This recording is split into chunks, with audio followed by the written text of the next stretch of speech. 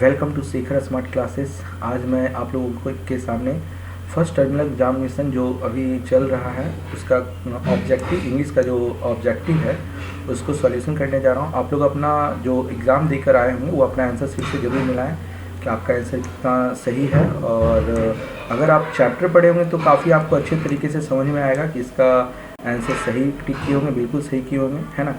तो चलते हैं फर्स्ट प्रश्न की ओर। तो फर्स्ट में है कि what is the identity of women who asked this. देखिए, what is the identity of women who asked this, यह किसने कहा था कि औरत की पहचान क्या होती है, तो ये पद्मा ने कही थी, है ना। नेक्स्ट है emperor Yayati was one of the ancestor of. देखिए, इम्पेरर यायाति जो था वह एंसेस्टर था, पूर्वज था। किसका था, तो ये पांडव्स का पूर्वज था, है ना। पढ़े होंगे कहानी। नेक्स्ट है SMS हैड वेरी साइलेंट। तो ये SMS जो है वेरी साइलेंट बिगनिंग, है ना, ये याद रखिएगा। SMS is very silent beginning है ना। नेक्स्ट है nothing can ever satisfied the desire of man who said this.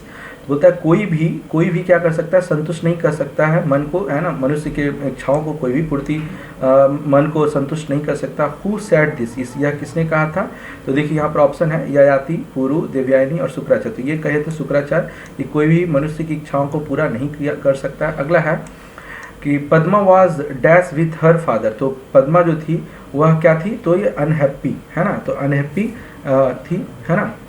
Next है कि what is the short message service का शॉर्ट फॉर्म क्या होता है, तो SMS, बिल्कुल ये पता होगा आपको। नेक्स्ट है हु सेड, किसने कहा था कि life is hell for those women whose husband is dead. यह किसने कहा था कि जीवन जो है नर्क हो जाता है उस औरत का, है ना, उन औरतों का जिसके हस्बैंड मर जाते हैं, है ना। तो ये कहे थे, ये कौन कही थी, तो पद्मा की मम्मी कही थी, पद्मास mother. How many sons did Yayati है, तो ययाति को कितने पुत्र था, मतलब बेटा था, तो ये 5 बेटा था। कहानी अगर पढ़े होंगे तो where was the first SMS sent, तो पहला मैसेज जो सेंड किया गया था वो UK में किया गया था।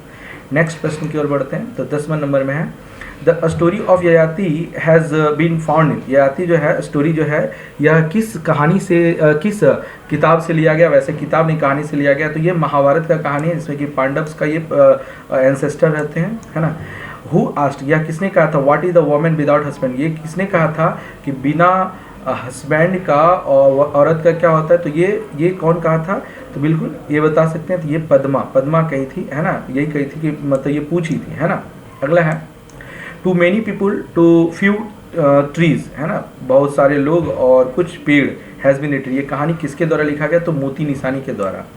ए silent revolution is published in, silent message जो पब्लिश किया गया था डैश न्यूज़ पेपर। ये कौन से न्यूज़पेपर में पब्लिश हुआ था, ये कहानी के अनुसार से द हिंदुस्तान टाइम्स में, ठीक है। नेक्स्ट है SMS has become the part of the. SMS जो है यह किसका पार्ट है, तो ग्लोबल सिस्टम का है, तो बोलते हैं ग्लोब होगा, है ना।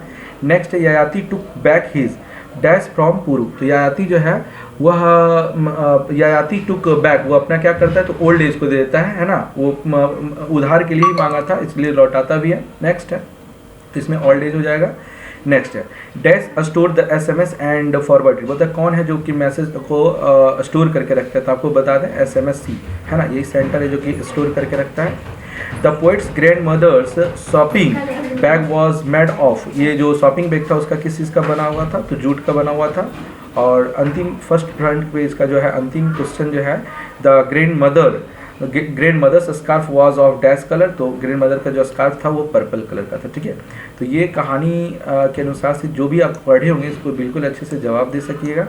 और इसी तरह अगर आपको अच्छा लगा होगा कि इसको इसी तरह से हम सारे क्वेश्चन को, चाहे वो फर्स्ट टर्म, सेकेंड टर्म या फाइनल टर्म का क्वेश्चन को अच्छे तरीके से सॉल्यूशन करके बताऊं, जिससे कि आपका आंसर को मिला सकते हैं, जिससे कि आपको ये पता चलेगा अनुमानता कितने मार्क्स आ सकते हैं। और ये बिल्कुल अगर आपको पसंद आएगा मेरा इस तरह बताना, तो आप मेरे चैनल को बिल्कुल लाइक करें, सब्सक्राइब और शेयर करना ना भूलें। बिल्कुल, थैंक्स फॉर वॉचिंग।